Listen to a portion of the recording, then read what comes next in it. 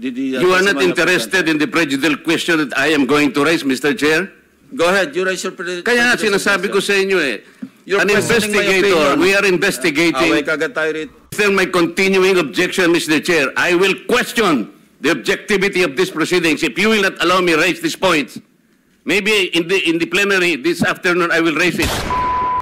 Wala ho tayong maraming pag-uusapan dito sa video na to. Magpo-focus lang ho tayo sa nangyayaring hearing sa Senado na kung saan nagkainitan ho itong si Senator Rodante Marcoleta at itong isa sa mga aso nitong si Marcos Jr. sa Senado.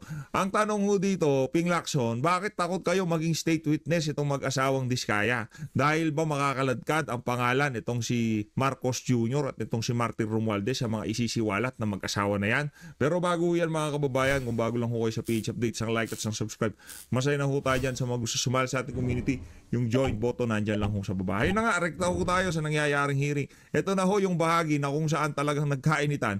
Itong si Senator Rodante Marcoleta at itong si Ping Lacson. Ito, panoorin ho natin itong mga kababayan. Yay! Are you ready?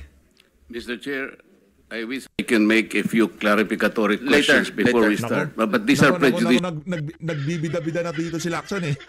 Mamaya, ako munang mag-grandstanding muna ako. Okay? Papakita ko muna sa sambayan ng Pilipino na merong nangyayari ang hearing dito sa Blue Ribbon. Later. Okay? Questions, Mr. Chair. Later. Let's hear first from the principal witness this morning. No, but these are prejudicial questions, Okay, Mr. go ahead. Foremost to my mind, Mr. Chair, is the integrity, the impartiality, and the objectivity of the proceedings of this committee. Mr. Chair, you were interviewed on Billionario Channel by Miss Pinky Webb. Yeah. Basahin ko po, sabi niya, Senator Ping, para sa inyo, sino ba ang sabihin natin worth it or dapat na ikonsidera na state witness na ipasok man lang dito sa Witness Protection Program? And you responded, at this point between Diskaya and Bryce Hernandez, Mr. Chair, question is, does the chairman has the prerogative or the right to make judgment? No.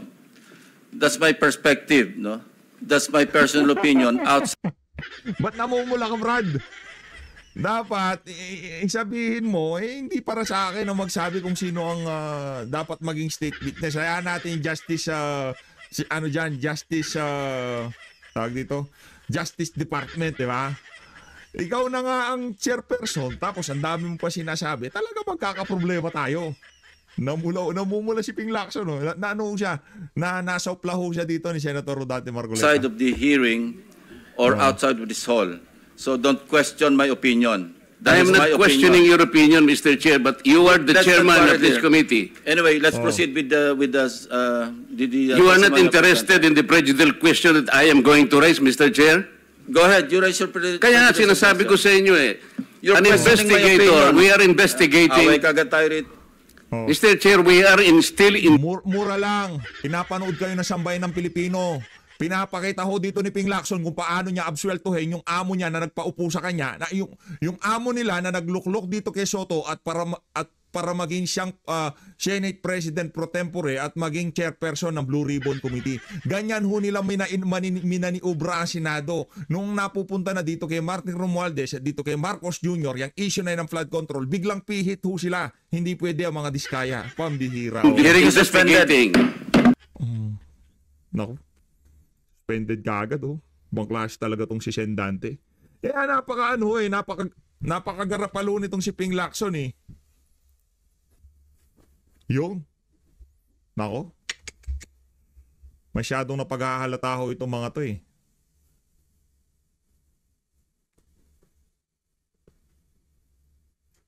Nako po.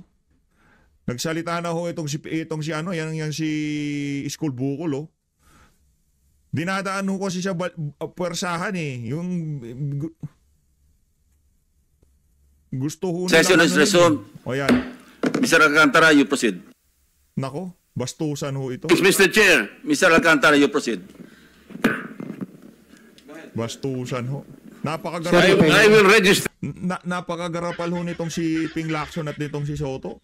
Gagawin ho nila lahat para maabsuelto itong si Marcos Jr. dito sa issue na to. Presidente ang nag-aproba ng budget. Presidente, kahit alam na niya maraming falsifikado dyan sa budget, pinirmahan pa rin ho niya. Pero para dito sa dalawang ogag na to, absuelto itong si Marcos Jr. Nakakagalit lang ho mga kababayan. Hindi natin kinakampihan dito itong mga diskaya na to. Pero pansin ho ng ating mga kababayan, nung napunta na dito kay Martin Romualdez at dito kay Saldico ang usapan, dahil papunta yan kay Marcos Jr. Di ba? Ilocos Norte, meron din daw hong nakuhang kontrata ang mga diskaya diyan. Nung papunta na sa mga Marcos, biglang naputol ang usapan. Ang kakapal ng pagmumukha nito mga senador na to. Buhay pa kayo, sinusunog ng mga kaluluwa nyo sa ano. Mga walang ya kayo. After my continuing objection, Mr. Chair, I will question the objectivity of these proceedings if you will not allow me raise these points. Maybe in the plenary this afternoon I will raise it. Go ahead, Mr. Alcantara, you proceed kapal. with your statement. Ping Lacson, ang kapal ng mukha mo. Yung New Senate building. Sino contractor nun? Okay lang siguro magtanong, no? Kakilala mo ba contractor nun? Langyang yan. Your Honor, okay lang po bang Kailangan makapagbigay kasi magsalita nitong si Alcantara para matabunan, para masapawan yung statement ng mga diskaya. Para imbis na yung mga diskaya ang gawing state witness, itong si Alcantara at Hernandez na lang. Alam na ho natin. Nabasa na ho natin ang istorya. Hindi nga papunta pa lang kayo, basa na namin ang mga kabalbalan nyo dyan sa Senado. Para saan? Bakit nyo minamadaling magsalita yung si Alcantara? Bakit talagang yung si Hernandez kahit na harapan na yung pagsisinungaling sa inyo, state witness pa rin siya sa pagmumukha nyo? Kasi sila, namaniobra na yung mga statement nila at hindi pupunta kay Marcos Jr. kung ano man ang magiging statement nila. Kapal na mukha nitong si Lacson. ako ng opening statement ko po?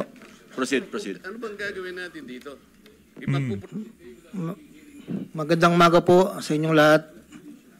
Tinatanggap ko po na ako po ay hindi nakasagot sa maraming tanong. Ito. Alagarma. Alagarma. Garma 2.0. Alcantara X Garma.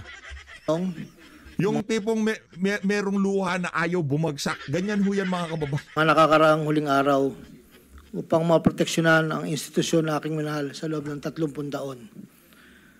Subalit nitong mga nakang araw, ako po ay nakapag-isip-isip na tumulong na lamang po sa investigasyon na to para po sa bayan.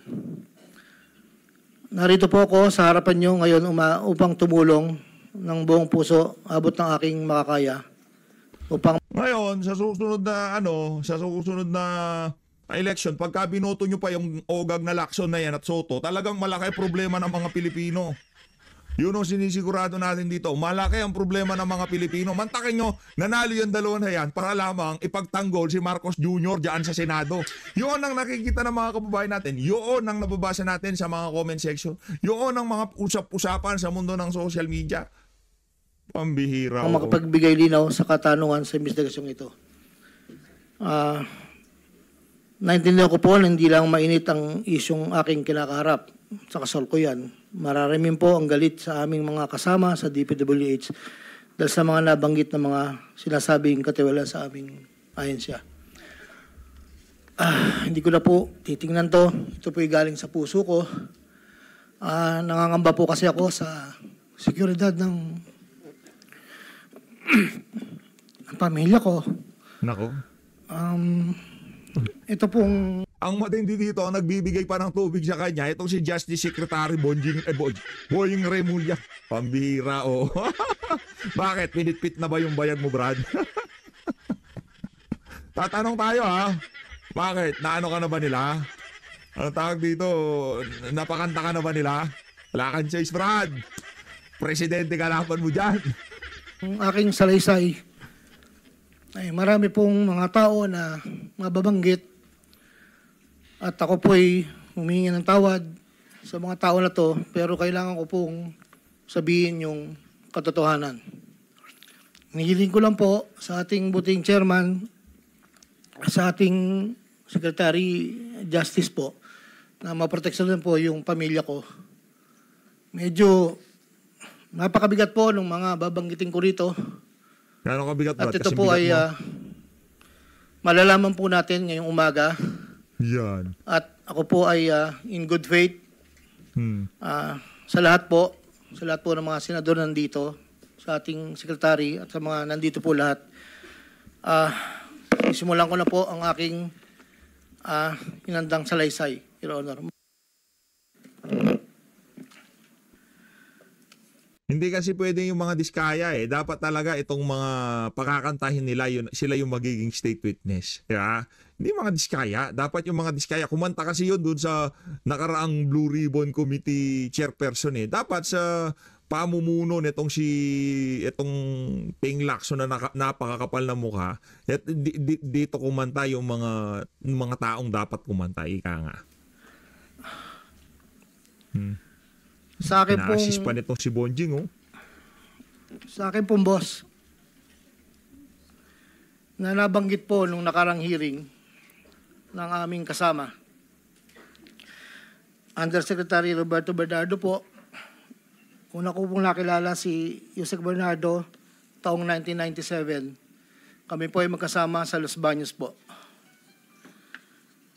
Hanggang dumating po ang panahon na ako po ay na-appoint na district engineer sa Bulacan.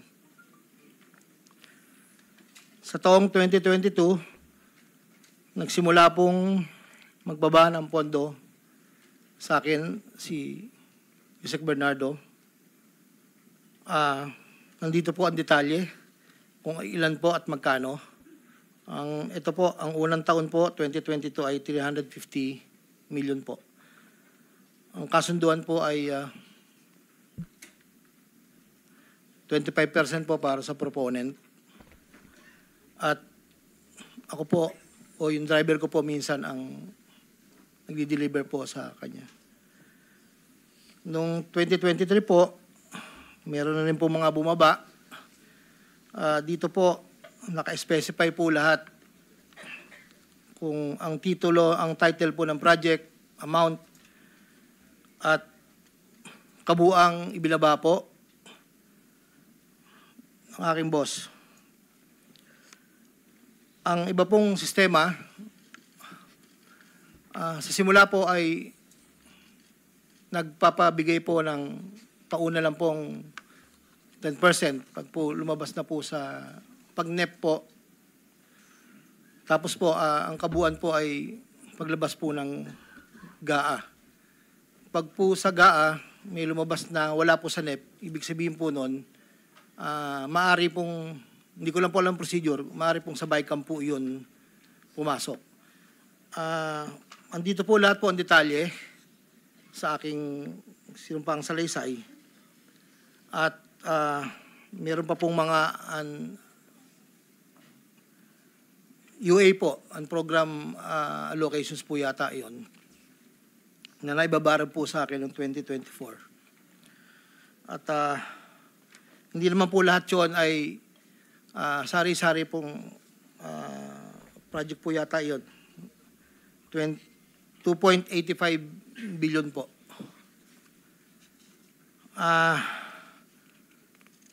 Yung pong sa 2024 na UA, bukod po yung meron pong BICAM and NEP. Nandito po lahat po ang detalye. Ito lang po kasi yung record na nakuha ko po sa sariling file ko po. At yun po ay meron pong portion doon na merong 30%, meron pong 25%. Depende po sa proyekto.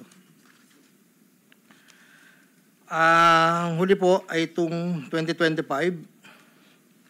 Mayroong halagang 2.55 billion po. 1.65 sa NEP at 900 million sa GAA. At ganoon din po ang sinabi niya sa akin sa proponent po. Doon po sa sinasabi na meron daw pong ang ating Senator Jico Estrada na di umano'y meron pong sa listahan na pinakita po noong nakarang hearing.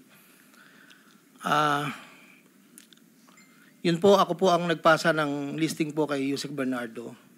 At ang sabi niya po ay meron ka pa bang kailangan na worth 355, ilan daw po yung natitira.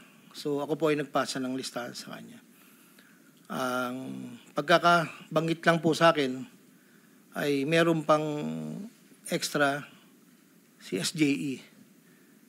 So nung lumabas po iyon, sa kanya ko rin po ibinigay, pero wala po akong direct na komunikasyon kay Senator Estrada at wala rin po akong, hindi po ako ang nagdadala, wala po kaming, hindi ko po nakakaharap, Senator Jinggoy po.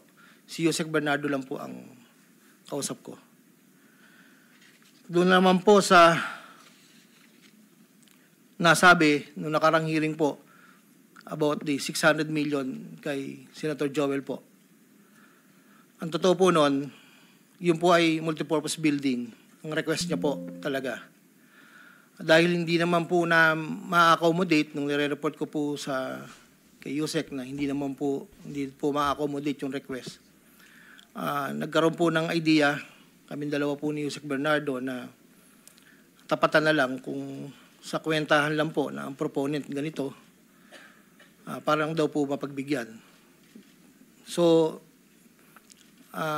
nagpasa po ako ng listahan without the knowledge of Senator Joel. So lumabas po yung pondo, I think UA po. So hindi po alam ni Sen na yun po ang pinalit namin sa multipurpose building. Wala pong alam si Senator Joel.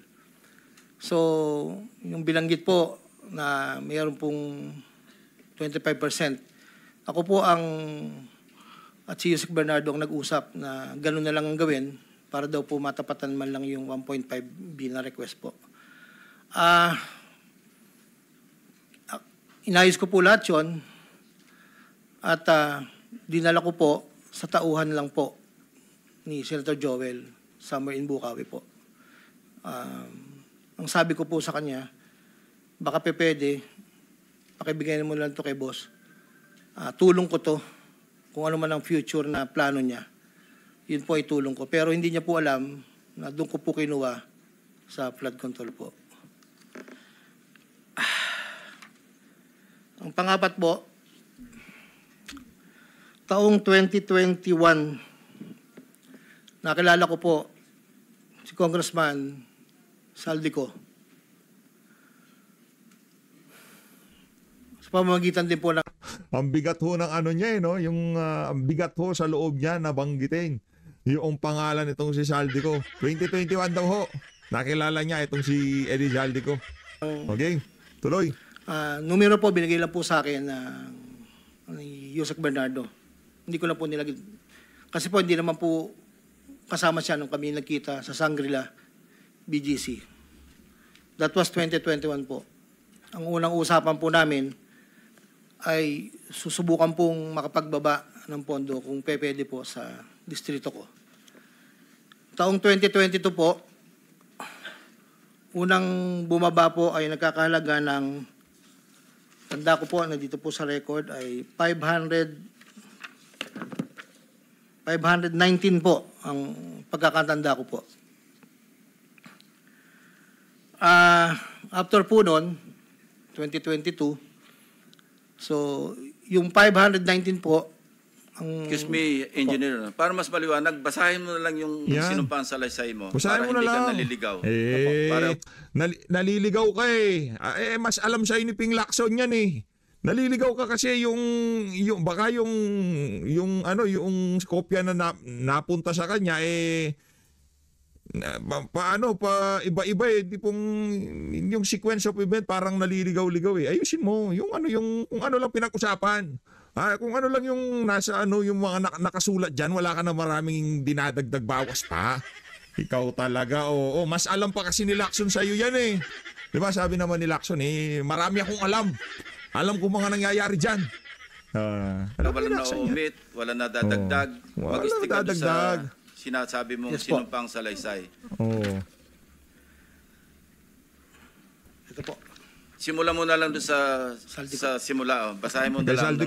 Saldico. Noong Agosto o Setyembre 2021. Ang tanong dito, kung si Zaldico ang ituturo nitong si Alcantara, sino kaya, kaya bang gawin na mag-isa nitong si Zaldico lahat ng kababuyan na yan? Sa ayot sa gusto nyo, pupunta tayo kay Martin Romualdez. At sa ayot sa gusto nyo, pupunta tayo kay Marcos Jr. Mangulang yan kayo. Nagkakilala kami ni Congressman Zaldico. Hindi, simulan mo sa simula mo na... Simula, Yung sa- ito naman si Alcantara eh. Baka masapok ka pa dyan. Galit na si Lacson sa'yo, oh. Mas kabisado pa kasi niya sa'yo yung sinumpaang salaysay mo kaysa sa'yo eh. Tangya ka. Simula nung Simula. Huwag na yung opening. Wag na yung opening. Alam na ni Lacson yung opening na yan. Na opening na yan. Kuha nyo ba mga kababayan? Sa inyo ho yan mga kababayan. Kung maniniwala kayo dito sa reswelang nangyayari na to. Una kong nakilala si Undersecretary Roberto Bernardo. Habang binabasa, makabagbag damdamin, no? Habang binabasa niya, hindi ako pwedeng sumablay dito. Pinapanood ako ng bangag sa Malacanang. Sa akin, iniatas itong task na to na maabswelto pag mukhaing malinis ang mga tao sa Malacanang. Ting, basa na namin yung karakas mo. Wala ka nang maluloko sa sambayan ng Pilipino, tandaan mo. Nagkasama kami sa Laguna. Yan. Na-promote. Kasi habang sinasabi ni Alcantara, binabasa, teka lang, baka hindi sumunod sa usapan. Tama ba yung sinasabi ni Alcantara? Teka Alcantara, parang palipat-lipat tayo. Basahin mo na lang yung script. Yung sinumpang. Let's stick to the... Alam nyo na ho yan mga kababayan. Siya nag-promote siya hanggang undersecretary. Kinakabahan si Ping Lacson, no? Si Yusek Bernardo ang tumulong sa akin para may talaga ako bilang district engineer sa Bulacan First DO noong 2019, panahon ng secretary ng DPWH. Kadiri ka, boying. Pagkatapos mong binigay kay Alcantara, iinumin mo. Si Secretary Mark Villar. Nung panahon na yun, ang tanda ko po, Undersecretary for Operations sa Visayas, si Yusek Bernardo. Taong 2022, na magsimulang magbaba ng pondo sa aking DO, si Yusek Bernardo, ang kasunduan ay 25% para sa proponent. Ang proyekto ayon kay Yusek Bernardo, ang kabuuan ng mga proyektong naibaba ni Yusek Bernardo sa aking DO ay nagkakahalaga ng 350 million na sumusunod. Nandito po. Noong 2023, ang kabuuan ng mga proyekto na ibaba ni Yusek Bernardo sa aking DO ay halagang 710 million. Mula sa halagang ito, 450 million ang pumasok sa NEP, 260 naman po ang sa... Itong si Boying, parang 3 ubo na lang, no? Hindi, parang di maganda lagay ni Boying. Good luck na lang sa'yo, Brad. Ano yan, make or break, ika nga. Pagka hindi... Next na lang. Ang para sa proponent, Sunod. 25% po. At may advance ito na 5 to 15 nakalimitang hinihingi ni Yusek Bernardo kapag ganap na ang NEP base sa pagdinig sa Kamera de Representante. Samantala ang pondong na BICAM ay may advance payment na 5 to 10. Nakalimitang hinihingi matapos ang deliberasyon ng BICAM at ang balansa ay babayaran pagbuo paglabas ng GAA. Ang detalye ng mga proyekto ay nandito po. Noong taong 2024, may kabuuang pondo na 3.3 billion, 150 sa NEP, 300 million sa GAA, 2.85 sa UA. Nung naipababa ni Yusek Bernardo sa aking DO, muling nagpatuloy ang 25% na bayad sa proponent ng mga proyekting to na binibigay ko kay Yusek Bernardo. Tulad ng 2023, ang usapan ay mayroon ding advance payment, depende na lamang kung ito NEP o GAA. Kaya limitang inutusan ko ang aking driver na dalhin ang proponent. Ang daming umaaura ho ngayon sa Senado, no? Dahil yung nasa likod nitong si Jinggoy, diba? Napakaganda. Ngayon, lahat na lang nagmamaganda. Kay Yusek Bernardo. Minsan po sa parking ng Diamond Hotel. Ayun na nga mga kababayan, dito na ho natin tatapusin ang ating reaction video. Itutuloy na lang ho natin to sa susunod na video dahil yun ho yung tagpo na kung saan talagang nagkagit-gitan itong si Ping Lacson at si Senator Rodante Marcoleta. So always, maraming salamat sa pagsuporta sa PH Update. Mag-ingat ho kayo lahat. Maninat na Pilipinas. Maraming salamat mga kababayan.